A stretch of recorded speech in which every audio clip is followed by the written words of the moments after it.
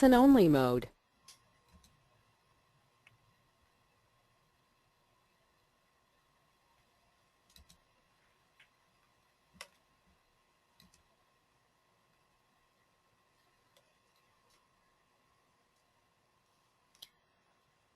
Hello everyone, and welcome to the webcast. My name is Christine Dursey, and I'm the Executive Director of APA Ohio and Vice Chair of the New Urbanism Division.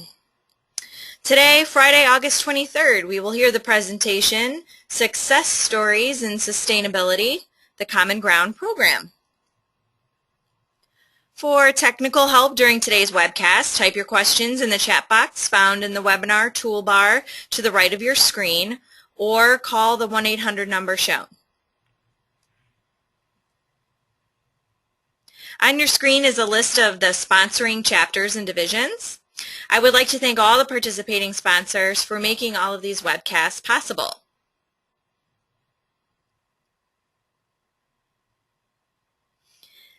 Today's webcast is sponsored by the Western Central Chapter. For more information on this chapter and how to become a member, visit wccapa.org.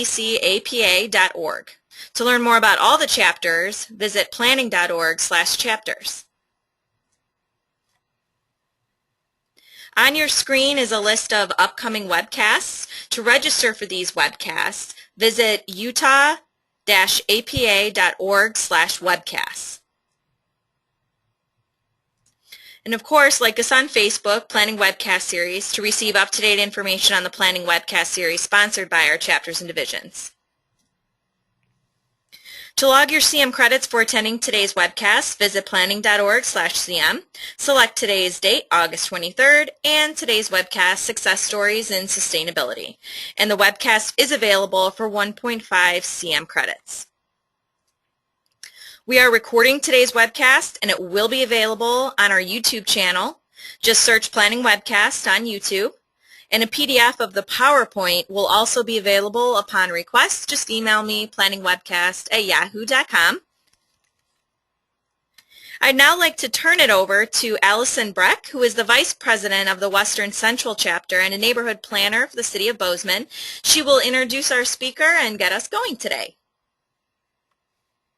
Thanks, Christine. Good morning and afternoon, everybody. As Christine mentioned, my name is Allison Brecky, Vice President of the Western Central Chapter of the APA, which represents the states of Montana, Wyoming, North and South Dakota. I'm excited to introduce to you Eileen Horn, who is the Sustainability Coordinator for Douglas County and the City of Lawrence in Kansas.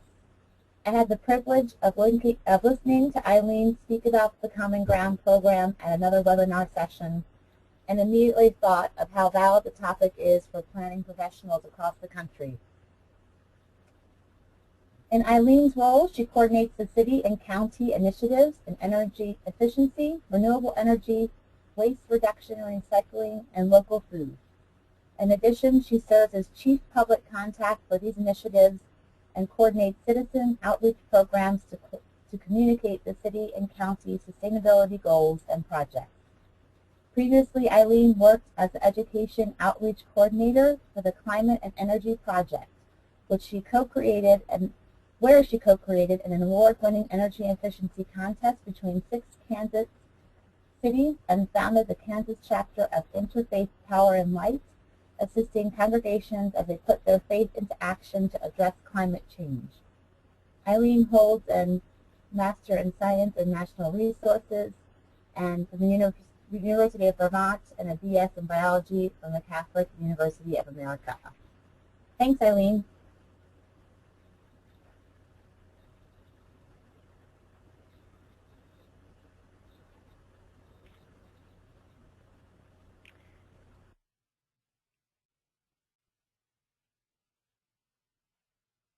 Excellent. Well, thank you, Allison, and thank you, Christine, for the opportunity to present today. I'm really thrilled that we have so many registrants for the call, and I'm really excited to get to share this program with you, and then to take your questions at the end, because I'm sure you'll have a lot of questions about the program. It's been a lot of fun, and I'm sure you all will come up with great questions for me.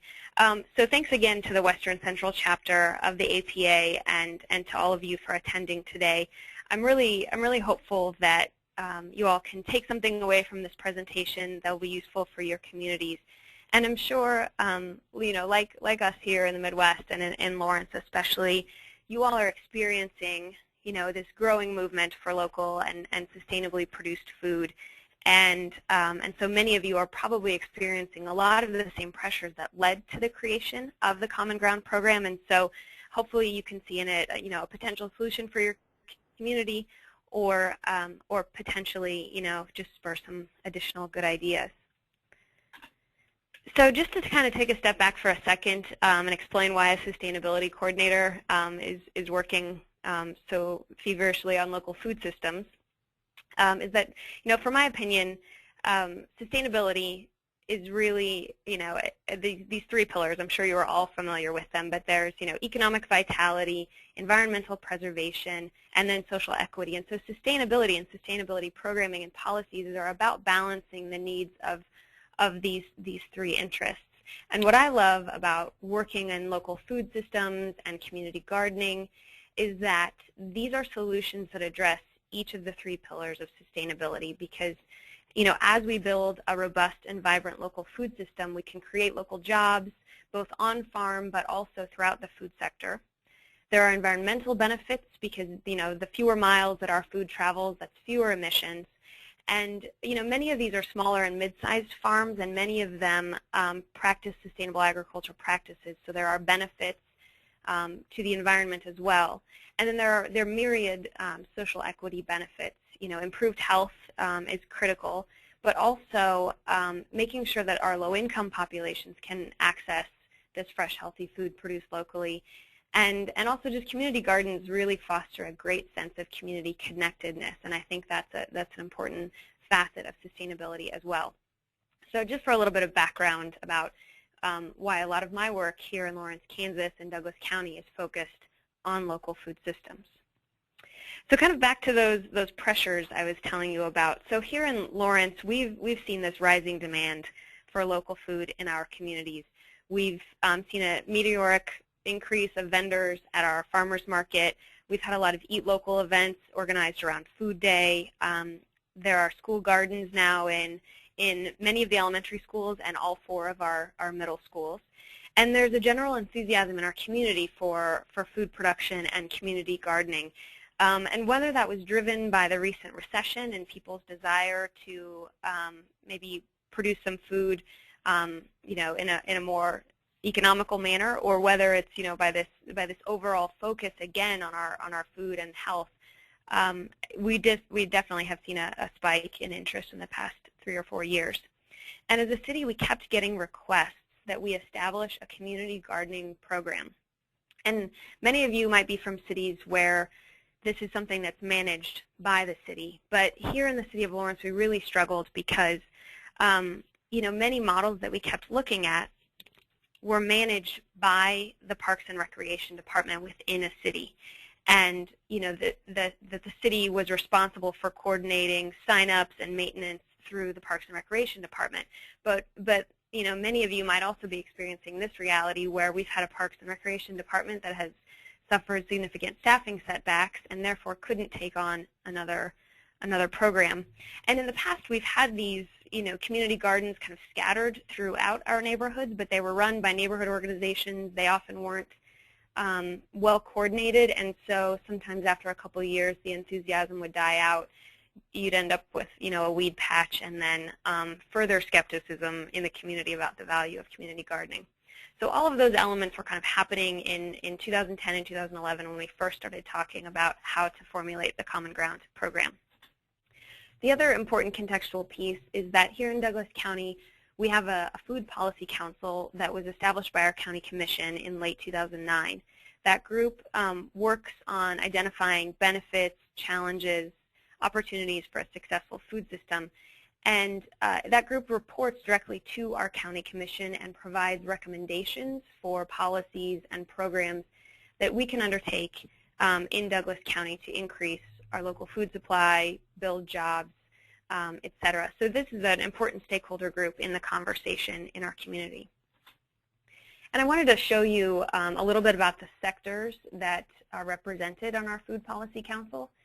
So we worked really hard to create a food policy council that represented producers but also consumers, so restaurants, grocery stores, the large institutional food purchasers in our community like the hospital and the school district, and then many of our nonprofit, extension, and business community partners. And I think the important point and the reason I wanted to share this with you is that ideas that, like Common Ground and like others that are going to require a lot of stakeholder engagement, it was great to have the Food Policy Council to vet this idea with first and to have a body to go to get some feedback on the program. And so this was a really useful tool for us to kind of have this mini focus group that represents a broad swath of the community.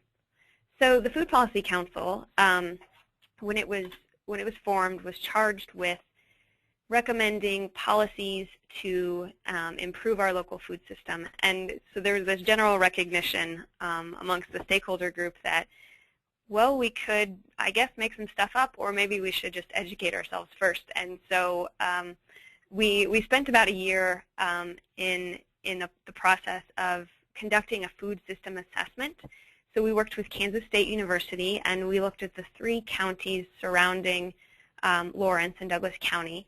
And as you can see from the table of contents, what we looked at in this food system assessment is what is the current level of production, what are consumption patterns looking like across the county, how do we process and distribute food within this region, what food insecurity challenges might we have, and what are the economic impacts of food in our community. And so understanding our local food system and really thinking hard about all of these components was a really great foundational move for the Food Policy Council.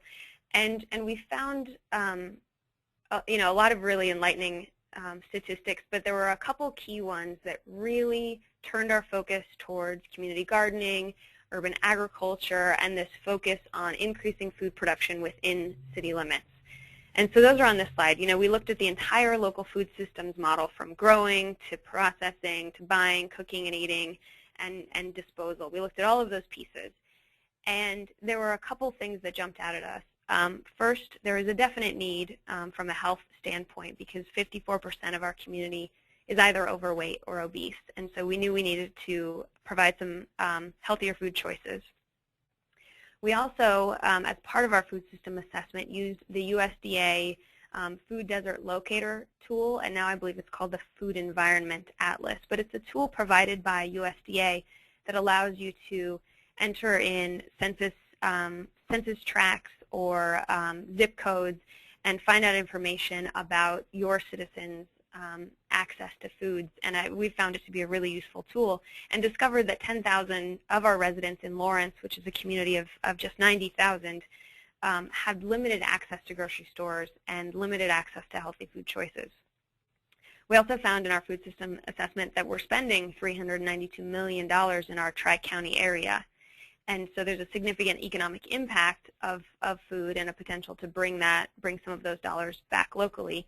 But the other one that really focused our attention on urban food production and bringing some food production back into the city was that less than 0.1% of the farmland in our Tri-County area is actually devoted to fruit and vegetable production. Now, don't get me wrong, we have lots of farms in Kansas, and we produce a lot of beef cattle, and also the three major commodity grain crops, corn, wheat, and soy. But we have very few acres that are devoted to fruit and vegetable production. So the fact that a lot of our community members don't have access to healthy food, and we don't have a lot of land in production right now, were 2 pieces that kind of led us to this discussion about increasing urban food production. But the Food Policy Council kind of got stalled out until we got a new mayor. So on the right is Mayor Bob Shum. He's been on the City Commission several times, and he became mayor in 2010, and is an enthusiastic gardener himself, has an urban gardening plot, and started talking to the Food Policy Council about what can we do to start to get some more local food grown in our neighborhoods. So the stars for us really aligned, because we had a food system assessment and robust data that made the point that urban agriculture is important in our community. we had a lot of citizen requests already for gardens and community gardens, and now we had some political will behind it as well. And you can definitely achieve a community gardening program with, without this trifecta of events. But for us, they were really three key components that helped create a fertile, sorry for the pun, environment for the development of community gardens and urban agriculture in our community. So, as you're thinking about if this is a potential fit for your community, I wanted to provide you some background on kind of the context that led to us developing the Common Ground program. And like all good ideas, the Common Ground program didn't come out of nowhere. I want to give credit where credit is due and cite some of the programs that we looked at early on to help us design the model. Although Cleveland and Boston are much larger communities than Lawrence, there were some inspiring lessons to be learned in these two cases. I really learned a lot from these two communities in terms of their process for identifying vacant properties, and also the component that really attracted me to these two programs is that they put the responsibility on the applicant and not the city. So they didn't develop community garden programs that were run through the city as a city function, but instead looked around at their vacant land and said, let's create a competitive RFP process that makes this land available for urban agriculture, but at that point we'll kind of turn over the keys, if you will, to the proposing entity. And this really shaped our thinking about designing a program that we didn't have to actively manage as much. And that was key for us, as I explained, because we didn't have the staff to do it, and definitely needed an alternative model. So we started gearing up the program in 2011, and I wanted to share with you some of the goals that helped us form the program. So the overarching goal, right, is to license city properties for the cultivation, consumption, and potential sale of fruits and vegetables. And that could either be a for-profit or a not-for-profit enterprise. So we were very open in our general goal. But then we also wanted to, make sure that we were meeting the community's needs in terms of local food, nutrition, and economic development. So you'll see that many of our goals here have to do with meeting these broader community goals related to local food economy. We had heard from many small and beginning farmers that land prices out in the county were prohibiting them from starting up small vegetable and fruit production farms. So providing land for some small entrepreneurs to get started was part of the impetus for the program. We also wanted to support our community's healthy food initiatives that were happening throughout the county. We also wanted to address food access issues. And this was an invention, I think, of ours, because I haven't seen it replicated in other models. But the piece of a community benefit plan is something that was unique to our program, and I'm really thrilled that we stumbled upon the idea because it has been one of the best successes of the program. But basically, we required citizens, when they applied to the Common Ground program for a piece of property to grow food on, that they would include a community benefit component. And the reason for this was that we have to make the case that there's a public benefit here, that if someone gets to start a farm on an acre of city-owned property, they already kind of have a leg up on the competition because they're not paying to lease the land or to buy the property. And so the community benefit plan was a way to build in the recognition that they have to pay it back or pay it forward, if you will. But that community benefit component was proposed by them in their applications, and I'll talk more about those examples in a second, but I wanted to highlight them. We've also wanted to support neighborhoods, and the staff bonus is that now we don't have to send staff out to mow these properties. So it was a win-win for us in that way as well. So a little bit about the process. We met with key city staff in planning, in stormwater, in public works, in parks and rec, and surveyed our vacant city properties. And what we were really looking for here were vacant or underutilized properties We wanted them to be near neighborhoods. We especially wanted them to be near some of our low-income census tracts that had been identified as food deserts. We were also looking for access to an existing water meter to avoid that infrastructure cost. We were also interested in knowing a little bit about the land use history to make sure that we weren't making a property available for agriculture that potentially had a use on it previously that would have made it not fit for growing food directly in the soil. And we also were looking for ones that were unlikely to experience development pressure anytime soon, because that's one of those like worst nightmare headlines for a commissioner is like beloved community garden bulldozed for warehouse or something. So those were the key components that we were looking for. And then we also went to the next step and designated some as community gardens and some as preferred farming locations, because we wanted to have a little control and say, we really don't want you to farm in the middle of this subdivision, but we've got a great spot for you to farm just outside of town or just on the edge of city limits. And we thought if we managed it a little bit that way by designating them as preferred for one or the other, that we could hopefully mitigate any kind of citizen complaints or issues. So our process was we posted a map of available sites on the city's website. We did a press release. We hosted a couple open meetings, met with neighborhood associations and nonprofit groups. And then we also sent out neighbor notification letters to say, we're looking around. We've identified a spot for a potential community garden. Please let us know if you have any concerns, if you have any questions, or if you'd like to apply, because we really wanted the neighbors and the neighborhoods to apply themselves if they were interested. So, as you can see, we, in that first year, selected a wide variety of acreages, and, ranging from little third-acre plots to some that were, almost 20 acres. The larger plots actually didn't get much interest at all. It was the smaller in-town lots that were much more popular. So our process was we published a request for applications on the city's website, and we asked for these components in the application. We said, we want a narrative description. What are you going to do? Is it a community garden? Is it children's garden, orchard? What's your plan? We wanted design drawings, and as planners, you'll appreciate this. We wanted to know which crazy, outlandish things they were trying to put in a floodplain, or just to make sure that it was consistent with our vision for that site. We also wanted to know their business or fundraising plan, because this was really critical since we weren't going to be offering them any infrastructure support or helping them build fences. We wanted to make sure that they had a plan for how are they going to get that community garden up and going and make it look nice, or how are they going to get their business going, from the get-go.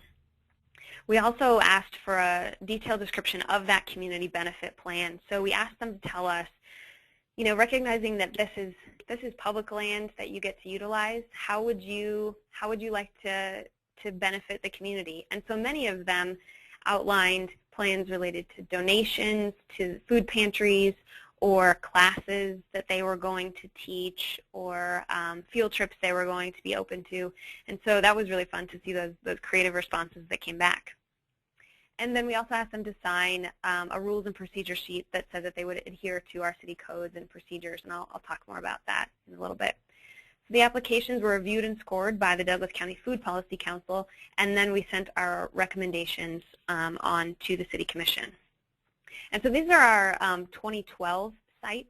And so as you can see, in 2012, we opened up 4 properties, 2 community gardens. One was a community orchard, and one was a market farm.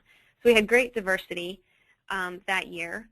And the applicants, if you look down the applicant column, you'll see that they varied considerably. So we had, a nonprofit organization, we had a community college, a citizen group, and then the Lawrence Fruit Tree Project, which is not an organized nonprofit, but kind of a neighborhood represented group. So we had a variety of applicants, and they all came up with really interesting community benefit plans in terms of classes on gardening and food preservation, partnering with the Ballard Center, which is a center that serves low-income members of our community, workshops, and supplying food to schools. So those were some of their community benefit plans that we found really inspiring. So I thought I would show you some before and after photos because this is really the fun part. So the before photos were all taken in February of 2012, and then the after photos were taken in July, so in just 5 short months. So this first one is a vacant lot that's in a neighborhood in East Lawrence, which is one of our identified food deserts. So we purchased it as a stormwater lot, and therefore weren't planning to develop it, and it was just sitting there. So by July, it was the Penn Street Community Garden that has 15 10 by 10 plots available for rent. And so the Sustainability Action Network applied to us as the licensee, and then they subleased and managed a community garden. So we didn't have to deal with taking, the money from any of the community gardeners or helping with infrastructure. They did it all themselves. The next is a vacant lot that was also in East Lawrence in one of our identified food deserts, and also adjacent to a city-owned recreational path. So just across the bridge, there's a little recreational path that you can see. And the Lawrence Fruit Tree Project approached us and wanted to design a community orchard. So they planted over 30 perennial fruit trees and berry bushes, and have gotten some great grants to do signage and an educational kiosk, and have really developed that into almost an arboretum-like setting. And so now on year 2, some of the bushes are starting to bear fruit, but that's a long-term investment. But their goal is that it's kind of a walkable food forest that citizens can easily access from our recreational trails or from the neighborhoods. This is the groundbreaking at John Taylor Park. So this is a park that city-owned, and there was this half-acre in the back that was really underutilized. The only conflicting use we came up with was that one neighbor was illegally letting their dog run around on it, so there wasn't much competition for this space.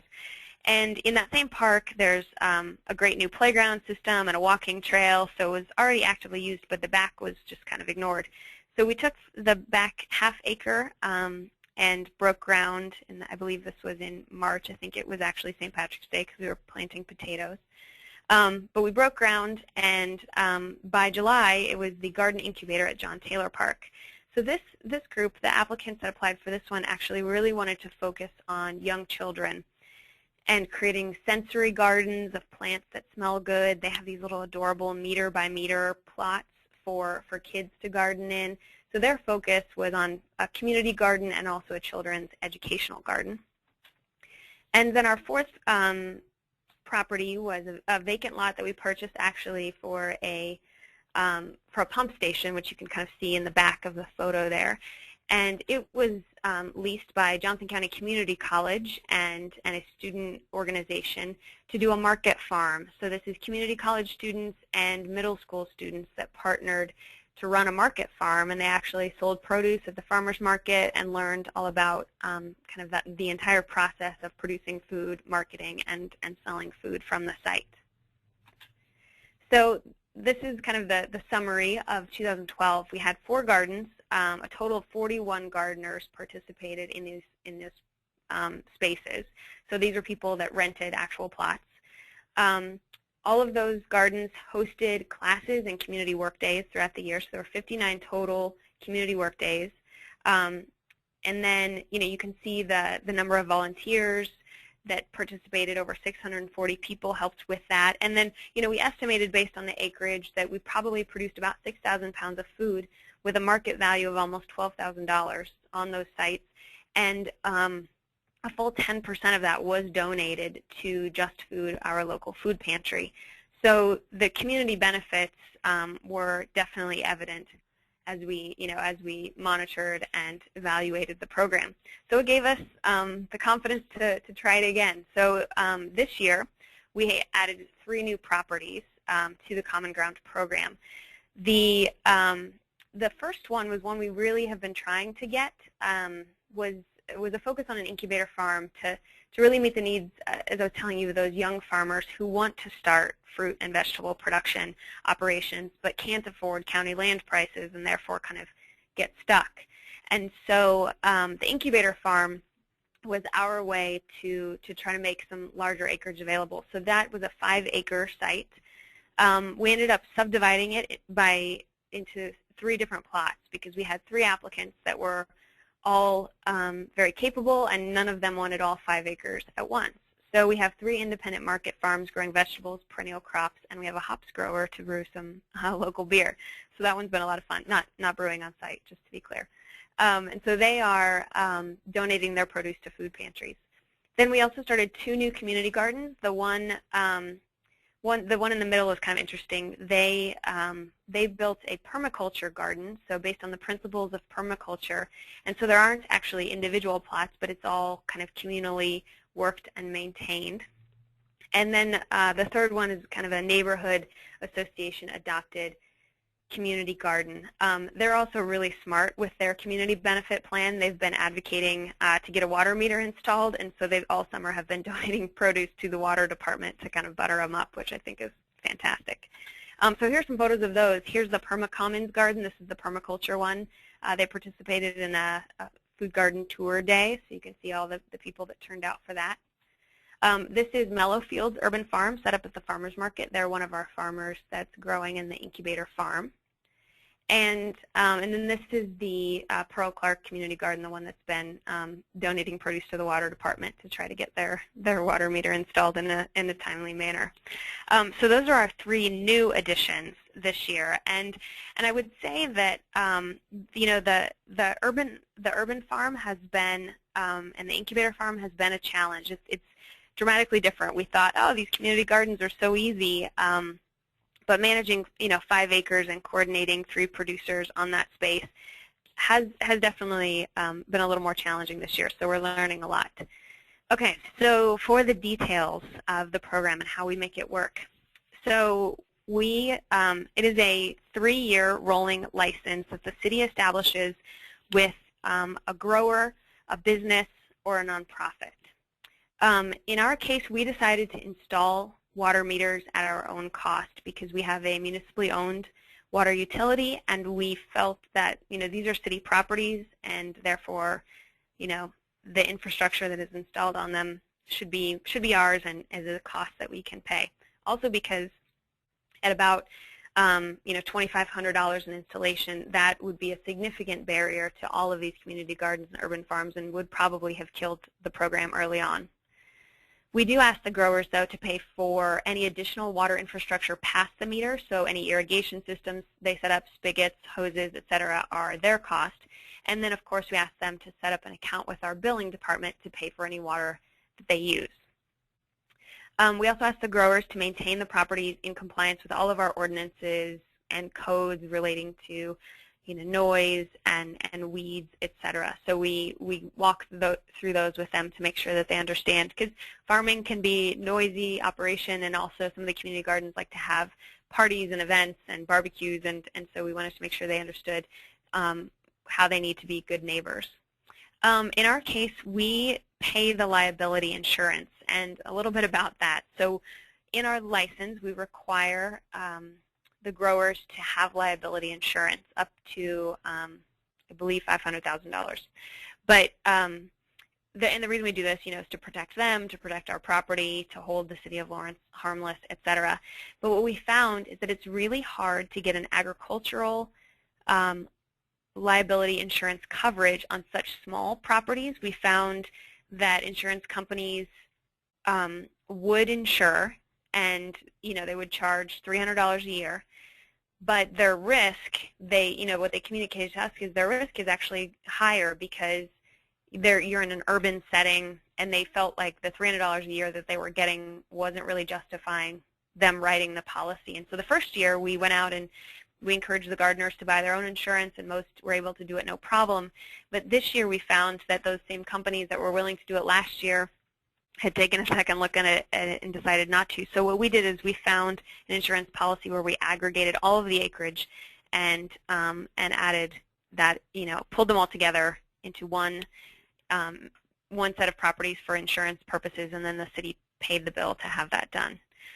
Because again, the cost was high enough that it would have been prohibitive for those gardens to get started. This is where that political will piece becomes really critical when you have to start paying for water meters and insurance. So we do allow subleases to the garden participants, but we don't have any hand in that. So what we do is we we lease it to the nonprofit or to the neighborhood association, and then they take it from there. They set their own community garden rules. They set their own prices for plot rental, and they set their own schedule. It's all up to them. We do ask them to adhere to our Parks and Recreation approved agricultural chemical policy. We do have an integrated pest management policy and some pesticide-free parks here in our community, and so we ask them to adhere to the list of banned chemicals and preferred chemicals, although in all of our cases they are growing organically. And then the oversight is by me, the Sustainability Coordinator, and the Food Policy Council. And this is a question I get a lot about, is how much time does this actually take in terms of staff time? And as you can imagine, there's a lot in the upfront while you're looking for properties and establishing licenses and doing the paperwork piece. But once the growing season gets going, I hardly ever hear from my growers, except for them to sometimes say, hey, we have way too many tomatoes, can we donate these? Or in the very few handful of cases where I get a neighbor call, with a concern. So, I would say that there's more work on the upfront, obviously, to get started, but once the gardens are going, there's very little staff time and administrative oversight required. So these are two things I get a lot of questions about, so I thought I would try to address those, kind of at the outset. The license is a 3-year rolling license, and the reason we did this is because we wanted growers to feel like they could invest in the soil fertility. We wanted them to understand that, the city wasn't going to yank this land out from under them, and so that they could feel like they could invest in some infrastructure and soil fertility. So the way the rolling license works is at the end of 3 years, if all is going well, we just tack on 3 more years onto the end of the lease. So there's a built-in kind of evaluation point, and then lease extension if they're complying. The license also references our program guidelines. So we ask them to sign off that they've read the city codes and they know all of those pieces. And then it outlines their insurance requirement, which is comprehensive general liability, which, as I stated earlier, the city has this year in 2013 picked up for our gardens.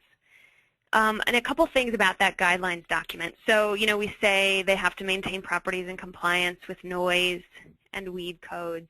But we also got a bunch of questions about these items, so I wanted to give you a heads up. A lot of them want to have community work days where they, barbecue or grill. So we got a lot of questions about that.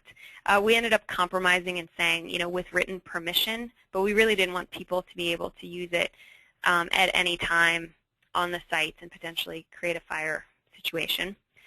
We did get a lot of requests for building tool sheds or potential gazebos or benches, and so what we did for that is we said, by written permission of the planning department. We also had a lot of questions about on-site sales and farm stands directly at the garden or farm site, and that is not allowed in our Lawrence City Code, so we did not allow on-site sales, but it's something to consider if that's allowed in your community. And then the community gardeners often wanted access to restrooms, which is something we're still trying to figure out how to do. Putting a porta potty in a community garden seems like a pretty quick way to get some citizen complaints. So we've really encouraged them to work with the neighbors and the adjacent homeowners and garden with them so that maybe the neighbor would let them use the restroom. But really that's the best solution we've come up with. So if anyone on the call today has a better idea, I would love to hear it. And so just a couple last few slides to wrap up. Some of the key considerations if you're considering doing a common ground program, and I've talked about many of these, is establishing that license term at a length that works for the city and also works for the growers. Figuring out whose responsibility the water meter and infrastructure is. What we found is that if we hadn't done it, I don't think any of these would have gotten started, or if they had, they would have spent all of their money and all of their grant funding on the water meter and therefore not had any money to do the other things that really make them look like vibrant spaces with signage and fencing and sheds and raised beds and all of that. So we felt in the city of Lawrence that was a cost that we should bear. And be really clear about your goals. I've seen models that do market farms. I've seen models that do community gardens. We're attempting to do both. But really, understanding what audience you're trying to reach and designing a program that reaches that audience. One lesson that we learned was the land use history. We got a lot of questions from citizens about, what was on this vacant property before, and is it safe to grow food in the soil? And so, many of the Extension Office soil tests do not include looking for heavy metals. And so we actually partnered with a research team from the University of Kansas to come out and do some soil sampling and test for heavy metals. And we found that to be a great way to do the data collection to make sure that we were offering properties that were safe to our citizens. So that's something to think about as you're picking sites.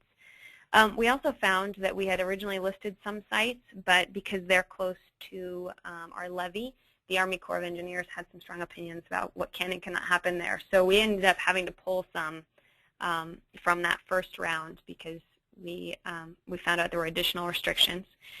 Also, the neighbor participation and notification process. If you can go to neighborhood association meetings, send out notification letters, that has really helped us not receive a lot of negative citizen feedback and comment because they felt like they were notified and engaged early. And then, a lot of questions that we had, will we allow fences? What about hoop houses for season extension? What about chickens on the property? So those are all things to kind of think through as you're potentially considering a program like this. So a couple of our lessons learned. We found that this program has been great because we targeted our so-called food deserts, the areas in our community where there are low-income members of our community who lack access to fresh, healthy foods. In the first year, we did a great job of partnering with organizations with proven capacity. So we were really picky, and I would encourage you to be picky in those first couple of years to make sure that you get organizations that you know have the capacity to pull together neighbors to run a community garden and to do it well, because as you know, it only takes one bad example to really jeopardize a program. The commissioners were kind of our audience that was most skeptical in terms of, wait, so we're gonna do this for free. We're gonna give them this land for free, and what do we get back for it, or how do we answer to any taxpayers who say, wait a minute, this person's getting to make money off of publicly owned land? And I think the two things that helped them understand was that we were requiring this additional community benefit plan, where we were requiring these growers to donate to food banks or to host classes, that there was another layer of public benefit there. And then also, when the plots are small, the money that the city would make on charging a market lease was minimal. So once they understood that, it wasn't a tough sell. Monitoring and evaluation, so you can tell the story. Ask the growers to keep track of their production. They're doing that anyways if they're selling it, and so understanding how much they're growing. And for the community gardens, we didn't ask them to weigh produce, but instead, track how many events you're having, track how many workshops you're having, tell us how many people came, so that we can tell the broad story together. And then also partnerships, reaching out to the community to make sure that all the organizations that you can think of that would be interested in this heard about it in the beginning. We did some, really targeted marketing to make sure that a lot of the groups that we knew were active in local and sustainable food and gardening, and the food community were engaged. And also many of them worked with corporate sponsors, so they went to our hardware stores and went to businesses and solicited donations. So many of our signs say "Fence brought to you by Cotton's Hardware," and so it shows the community business support as well. So I wanted to kind of wrap up the Common Grounds discussion and take some questions in a second, but I also wanted to point out this resource that has been really helpful for us in Douglas County with our Food Policy Council work. And this is a report that was a partnership with APA and several other entities to look at how do we plan for food access and community-based food systems, and what are the planning components of that. So it was a scan of comprehensive plans and sustainability plans to find where and how cities and counties are addressing local food system development. And it has been really helpful for us in engaging our planning department. We now have the associate director of our planning department sits on the Food Policy Council and is a very active member.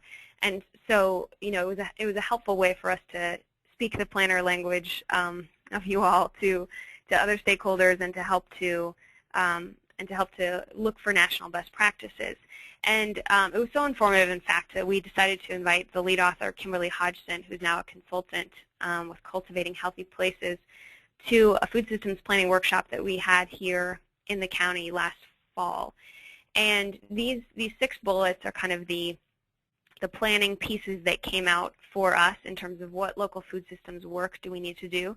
And I bolded the second one because this is something that if any of you have ideas for how to achieve, I would love it if you emailed me, because one of the things that came out of the group that was very planning focused, we had a lot of planners and elected officials, was the establishment of a food plan, a standalone food plan, or potentially a food chapter of our comprehensive plan that would outline many of these initiatives and how we can use planning tools to achieve them.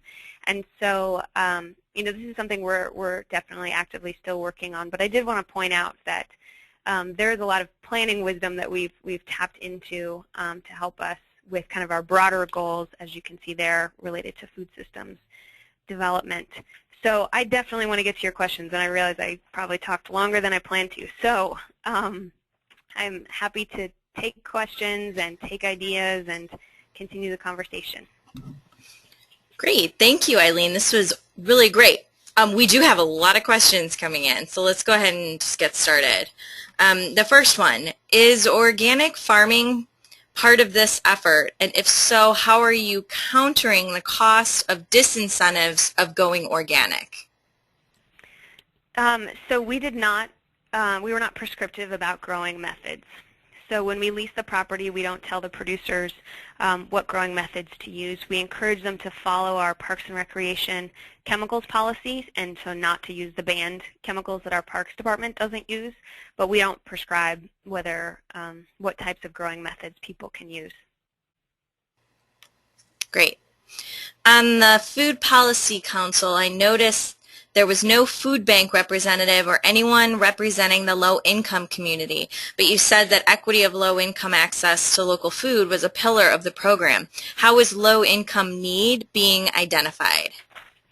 So in the past, we have had representatives from the food security community, and we have a really close connection with our director of our food bank. But that is actually a really important point to make, is that I think sometimes food policy councils, we forget to include members of the community that we're designing so-called programs for. So we worked with our health department to do focus groups in these neighborhoods related to access to healthy food. So we actually sat in on focus groups and heard from citizens talking about their challenges with transportation to access healthy foods and barriers to cost in terms of their concerns about cost of food at the farmers market, et cetera. So we piggybacked on a health department initiative to listen in on those conversations, but that's a really good point. Have you faced land use, zoning related problems with implementation? A few. Some of our sites were in floodplain areas, and so when the community gardens wanted to build sheds or build some structures, we had to go through a planning review process for those. We do have an ordinance that allows chickens, but we haven't had any of our gardeners or growers be interested in that yet, so we haven't had to utilize that ordinance. So it was primarily, what else did we discover? Oh yeah, so we have an open space designation in our parks. That's the zoning category. And agriculture is actually a banned use in those. So we had to kind of make an exception for our parks because we didn't realize it until the program had already initiated. So understanding the land use and making sure that you are not proposing a community garden in a zone where agriculture is not allowed. But we were able to make an argument that a community garden is more recreation, which can occur in open space. And so that's how we worked around it. But that was an initial land use related challenge. Great. Do applicants for community gardens have to identify measures to secure the site to prevent theft or vandalism? No, we didn't ask them to outline a plan for that. Thus far, we haven't had any problems with it. I think we encouraged them all to never leave tools or equipment out, and helped them locate appropriate locations for a locked shed. But we didn't really do anything security wise, one of the things that helps most is if the neighbors, the adjacent homeowners, are really aware of the program, if they're gardeners themselves, and talk to them about keeping an eye out. When selecting a vacant site for a garden use, how concerned were you about the future plans that the city may or may not have for the site? Even though you have a lease end date, once a community garden is established and doing well, it would likely be very difficult politically to end the lease for some other use in the future. Absolutely. We had several properties on our list, on our first list, the first draft, that would have been fantastic for farming, but we're close to areas that are experiencing development pressure or, close to business parks, and so those were taken off the list. We focused on city parks that were already designated as such, and tried to find vacant and underused portions of areas that were parks. Here in the city of Lawrence, we have a lot of parks that we have park plans for that we haven't quite developed yet, and so we worked with Parks and Rec to find sections of parks that had no planned use on them yet. And then a lot of the lots that are in the city neighborhoods are stormwater purchases, and so those would not be resold to be developed. And so we focused on that exactly because, yeah, if you have a beloved community garden that is bulldozed for a building, you're going to hear about it for sure. With that, will applicants get an early warning that the license will not be renewed? In other words, how early will the review process begin? In the middle of year 2 or not until the final month or so? So each year we've done it 2 years now, but we've met with them each time to check in and make sure that their plan is to still continue and that our plan is to still continue. So at this point, we've just managed it that way, but we actually, our city attorney required us to write in the lease that either party can terminate with just 60 days notice. So if for some reason that pump station we need to get into the site, we reserved the right to get into those properties. One has a sewer line that runs down the middle of the property, so we told the gardeners, don't put anything on top of this, give us a 10-foot easement on either side. So they used it to build like a greenway between their plots. But because, in recognition of the fact that these are city-owned, and if there's a city infrastructure need, we have to get into it, we wrote that into the license that if we need to get in, we will do that to do work. And in terms of severing the license, thus far how we've managed it is just staying in good communication with them each year to make sure that they intend to continue and that we intend to continue. Great. We have a few water questions. Okay. Do any of the gardens use rain barrels? Yes, several of them have utilized rain barrels. One even signed a memorandum of understanding with the neighbor to collect off the neighbor's roof, and the neighbor's gardener at the plot and was enthusiastic about it. Cool.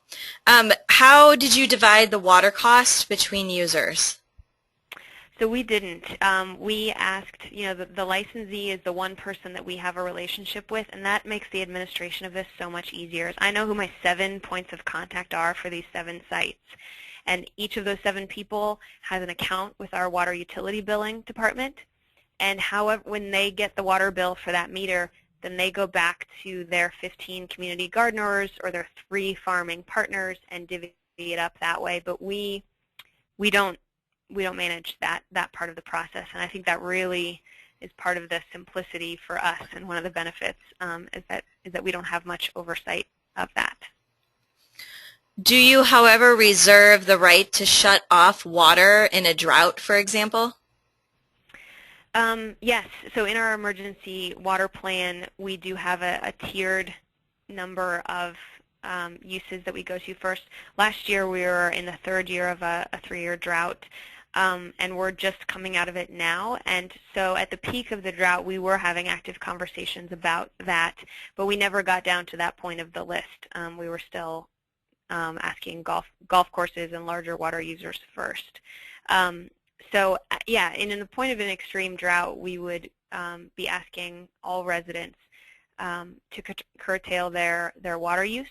we have a sustainability advisory board in the city that works with our city commission, and they're actually interested in revising that language to make vegetable gardens exempt, so that in case of extreme drought, you couldn't water your lawn, but you could keep your food growing. And so they are looking at that amendment currently. Are there any other low-impact irrigation methods besides rain barrels?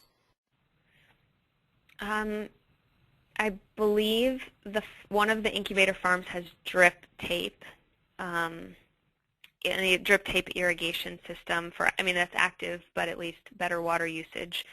I don't believe so. I don't think, I mean, besides good practices like mulching, I don't know of any others. Okay. Now a different bank of questions. Is there any outreach to low-income communities specifically to participate in gardening, not just to benefit from donated food? Or is that a plan for the future? So the organizations that we partnered with, so the gardens are all located in those food desert areas. So we intentionally were looking for, and many of you will probably find this too, that when you go to look for the vacant properties, many of them there are vacant lots already in the older sections of your city, and potentially some of the areas of the city where lower income residents live. And so many of the in-town vacant lots that we found were already located in those food deserts. So we invited them to participate by going to neighborhood association meetings and working with neighborhood groups. One of the groups went and did canvassed the 4 blocks around the community garden to invite people to sign up. So they were invited to be participants. One good example is the children's garden that was at John Taylor Park that I talked about. That garden is located next to a Head Start preschool and food bank, and so the preschoolers have one, meter by meter gardening plots as part of their activity time, and the produce that they're growing is going home with families. So yes, we're trying it as best we can to be sure that it meets that goal of addressing the low-income population's needs in terms of access. Great. We have some chicken questions. The first one, how were you and or partners able to convince the city to allow chickens? What zone districts permit this? What is the limit? So this was actually before my time, but I believe 5 years ago, so before my time as sustainability coordinator, but about 5 years ago, the city did pass an ordinance to allow raising of chickens in residential areas. We have a limit per lot, and I believe it's 2 per, and there's a size. I'm sorry, I don't know very much about that particular ordinance. So we do allow it. I would say it's utilized pretty sparingly in our community. I don't see a ton of people growing or raising chickens and utilizing eggs. And we haven't had any requests on our community garden plots yet, although we told them technically that's allowed because you're in a residential district, but we didn't have anyone propose that. Are there any requirements for fencing in of the chickens?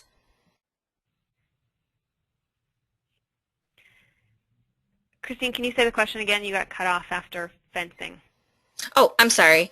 Can you hear me now? Yes. Oh, great. Okay. Are there any requirements for fencing in of the chickens? Yes, we do have those written into the ordinance, but I'm uncertain on the specifics. I apologize. I can get back to you, though, if you email me and want copies of our ordinance and that language. I'd be happy to. Okay, great. Are there any problems with cats, dogs, wild animals, raccoons, things like that? One of the gardens actually is a little bit closer to kind of the edge of town, and so they've had more raccoons and animals enjoying the produce as well. I think all of the gardens have set up their own rules, and most of them have said this is a dog-free zone, so if people are gardening, they tie up their dog outside of the garden to make sure that that damage doesn't happen. But I haven't heard any significant stories of any kind of large-scale damage from animals. Well, that's good. What about beekeeping? Is that allowed? Beekeeping is not prohibited, so I believe that it's allowed, and I see it sparingly around town as well. But we didn't address it within our rules and procedures, and we haven't had anybody ask about it. So we haven't really crossed that bridge yet. Okay. And what about composting? Does anyone compost on any of the lots? Yes, they do. I believe all of them have a communal compost pile, and this was something that we worked with them in asking them to submit a design. That was one of the things that we changed most frequently was, they would propose putting a compost pile up against the adjacent neighbor's wood fence, and we said, well, that's not really being a good neighbor because it's going to smell and potentially rot their fence over time. And so that was one of the things that we worked with them, is to try to locate your compost pile in the middle of the garden to make it accessible for everyone, but also so that we might have fewer nuisance complaints. So yes, all of them are actively composting, and thus far that has worked. That's great. Did anyone ask the school system regarding farm space on existing school sites, or are there any school programs to integrate local farming education? The first question, that is a great idea, and it's something that we would like to pursue with the school district, because the school district is another large owner of properties, and also, school gardens run into that problem of the peak of production is when all the students are gone, and so growing food on school property tends to be, small and educational instead of actual production for the kitchen and for school lunches.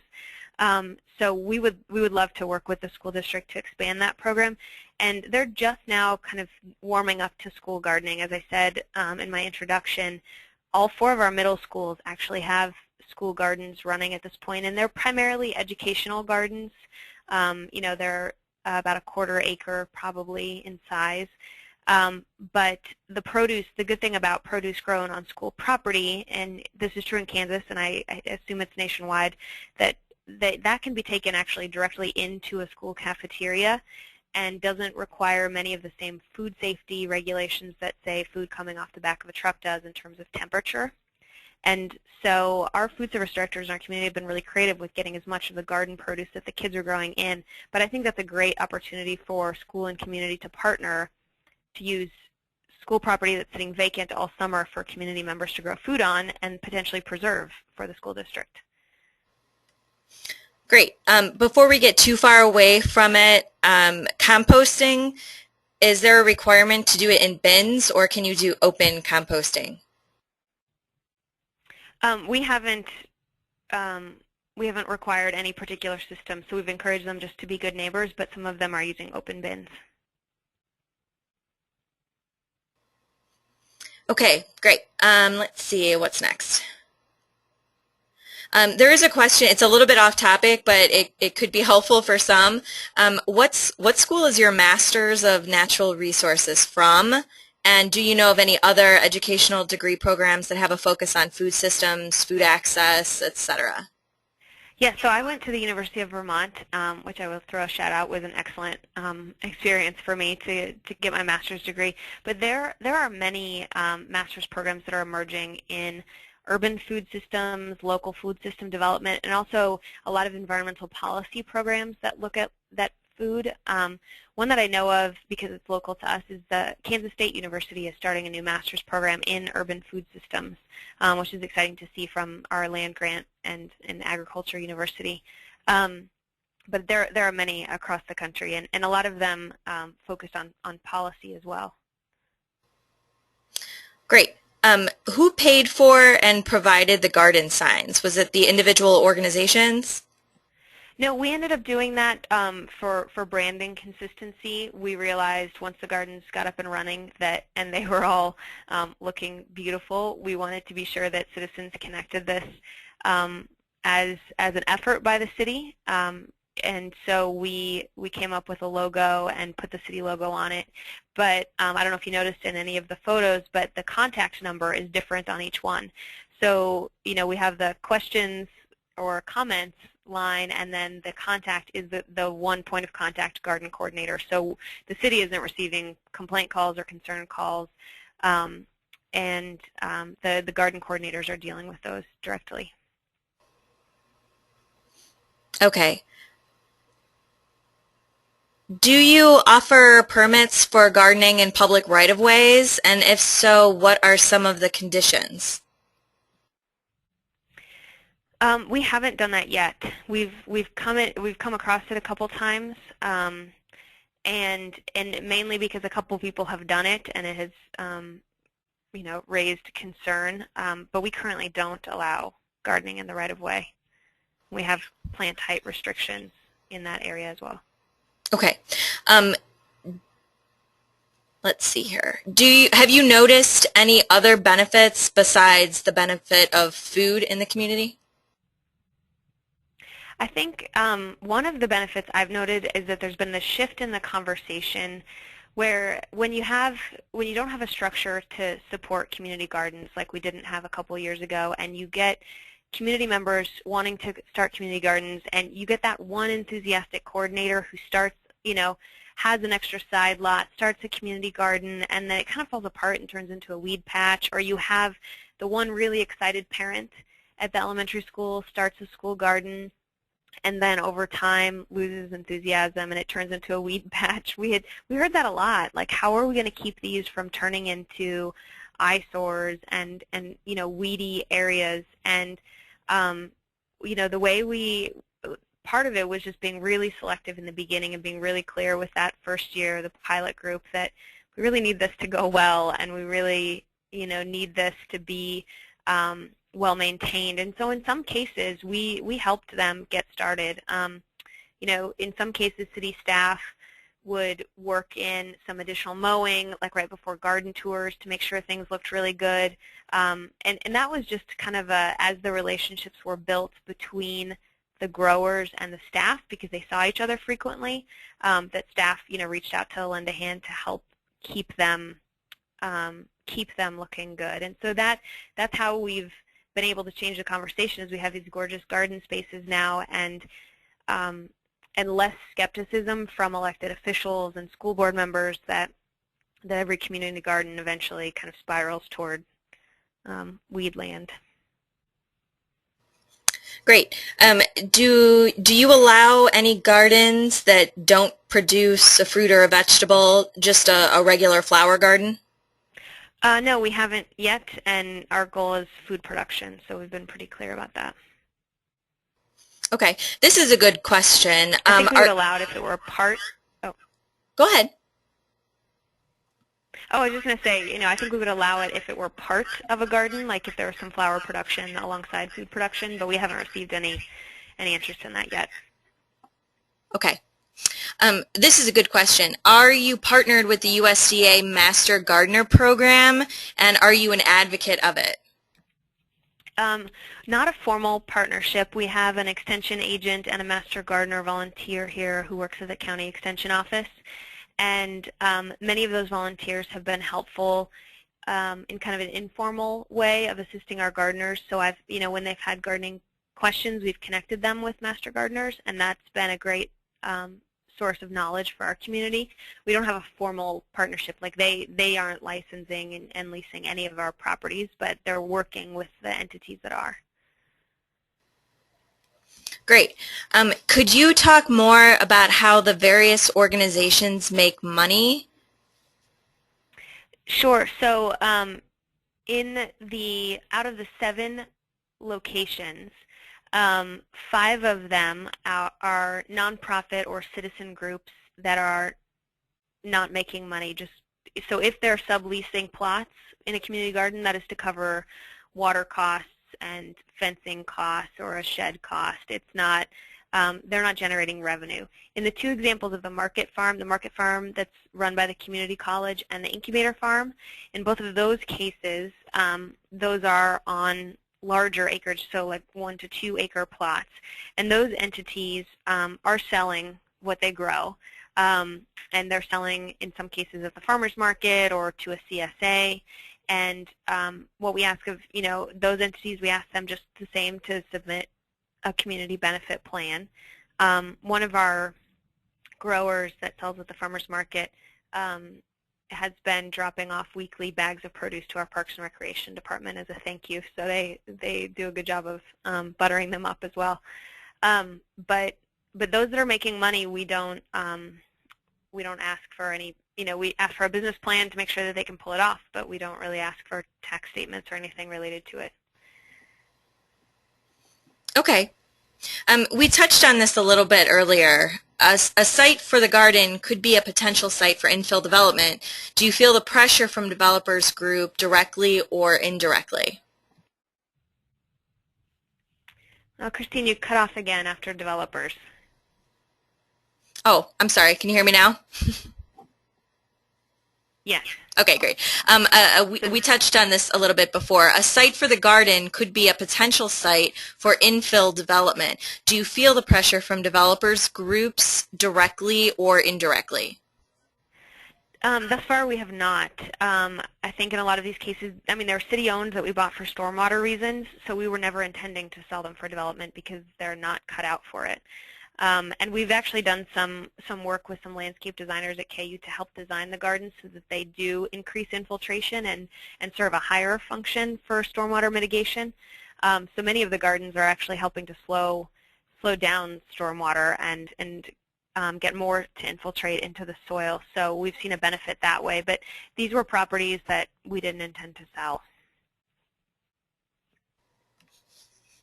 Okay, great. It looks like that's it for the questions. If anyone has anything else, go ahead and type it in right now. 2 points. One, someone did type in that Baltimore has an interesting new program, the Chesapeake Compost Works, which may be worth exploring for expansion of composting. And Okay. Megan Griffith mentioned that. So if anyone is interested in expanding composting or learning about that program, take a look maybe by Googling the Baltimore Chesapeake Compost Works. And then the other thing is, before anyone else dives off, there were a few questions. People wanted to know where they could obtain a PDF copy of Eileen's presentation, and you can email me at planningwebcast@yahoo.com, or even quicker, if you visit the Western Central Chapter website and go under their resources tab and then their essays tab, you can get a hold of the presentation right now, and that's wccapa.org.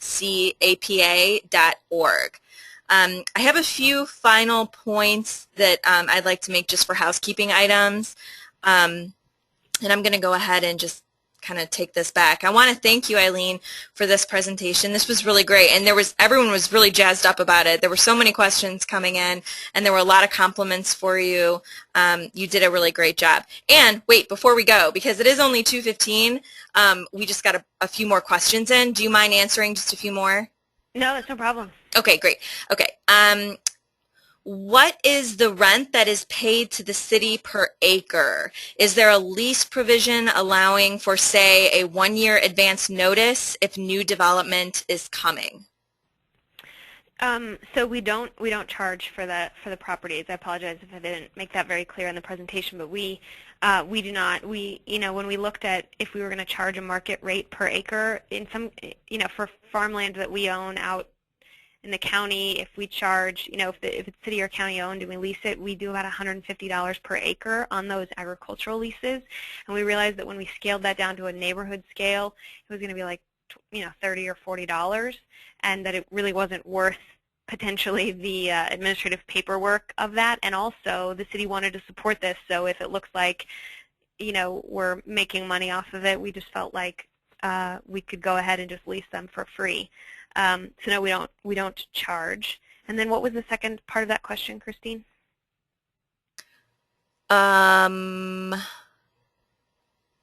I think I don't recall a second part of the question. I don't think there was. Okay. Sorry. And if there was, whoever it was, Imagine that. send it back in again. Okay. There, there is Lunchtime here in the Midwest. are there any private lands with public-owned development rights? Private lands with like, as in, I'm assuming like a land trust or? I'm not sure. It was from James. If you're still on, if you could type in what you mean by private lands. While he's typing that in, I'll just ask another question and we can come back to Okay. it. Is there a mechanism envisioned to weed out farms that do not produce as well as others?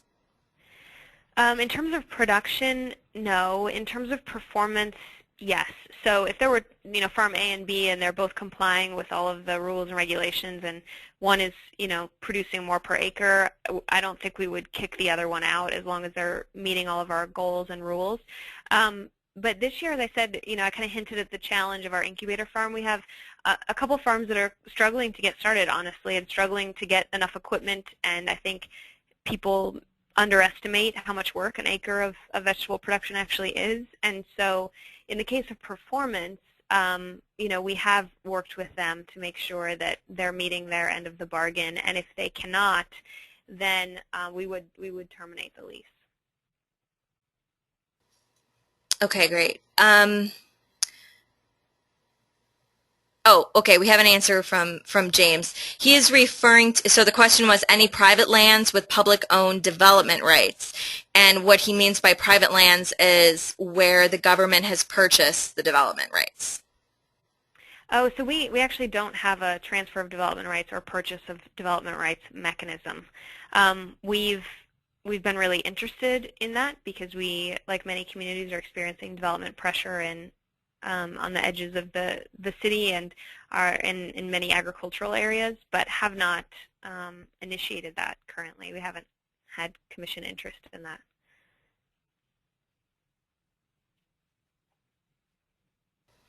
Okay. Is there a lease provision allowing for, say, a one-year advance notice that new development is coming and property needs to be vacated? Oh, that was that other part of that question. Okay, so no, we don't have that lease provision. The city wanted to, the city attorney really advocated for staying flexible in case we need to take a property back for whatever reason sooner than that. We haven't run into any of those extenuating circumstances, but our city attorney didn't want to tie us to any, one-year commitments. We have kind of a 60-day bailout clause. Okay. This is an interesting question. Did any existing farmers object to the city offering free land to for-profit farmers? The question was definitely raised. It was raised by our commissioners, not by other farmers. And I think the reason that we didn't get pushback from other farmers is that the acreage, was so small. Most of these are community gardens, which aren't competitive with farms. And because we invited them to apply too, we didn't say just because you already have a farm you can't apply for additional acreage closer to town. So, thus far we haven't gotten any blowback from the grower community. I think most recognize that these are small plots for community garden type spaces. But in the case of the incubator farm and the market farm, that's a legitimate concern, and we haven't experienced that yet. But I think the requiring the community benefit plan, I think, helps communicate why we're doing it this way. But the other piece too is that producers that already have land, even though we offered it to them, there are logistical challenges with getting farm equipment into city lots, and I think it's kind of unattractive to them, so they've not pursued it. Okay. Are there any kinds of fees that you impose on these organizations or farmers, like any application fees or anything like that? No, we don't have an application fee. Okay. This is an interesting question. Is there any light or electricity on any of the sites, either for the ability for the farmers to see or to use any electrical equipment or for safety reasons? We don't. The only exception to that is one of our city parks has a shelter nearby that does have an outlet and some lighting, and I believe they've used it to, plug in music for a work day, but other than that. Okay. Are these areas mostly urban, suburban, or rural? Two are slightly more rural. They're on the edge of the city limits, but most are suburban, kind of, suburban neighborhoods. It's hard to say in Lawrence that anything is very urban because we're, only 90,000 people and not a very large community. But yeah, so the majority are in neighborhoods. Okay, great. Well, it looks like, one more. This will be the last one. Okay. It looks like, and this is another, someone who has some more information on composting. GainesvilleCompost.org is another local composting system. And I don't think I can pronounce the county. It's in Florida, Alucha. I assume it's in Gainesville, Florida. That's what I'm assuming. But it's GainesvilleCompost.org. And it's another local composting system. Okay, so I think that will wrap up our Q&A. Again, Eileen, this was really great and super informative, and this is a great system that you guys have going, and hopefully this will inspire and help other community advocates around the country. And again, if Allison, if you're still hanging around there, the Vice President of the Western Central Chapter, thanks for joining us and for introducing us to Eileen. And I'm gonna change over. Oh, GainesvilleCompost.com, not .org, everybody. I just got a follow-up. Okay, so I'm just going to do a few quick reminders. Again, I'm going to change my screen back to me just so that everyone can see it before they dive off.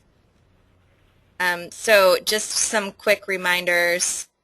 Again, the Western Central Chapter, so thank you. And a recording of today's webcast, you're going to be able to find it at Planning. If you go to YouTube, just search Planning Webcast, and it'll come up. All of our presentations will come up so you can view them. And don't forget to log all your CMs and see our future webcasts. And also, let me see. Here we go. You can email me again at planningwebcast@yahoo.com for a PDF copy of Eileen's presentation, or you can visit www.wccapa.org, and that's the Western Central Chapter, and they have a PDF presentation of it. So again, thanks everybody for joining us today. Thank you, Eileen, and thank you, Allison, and all of our sponsors. Have a great weekend, everybody.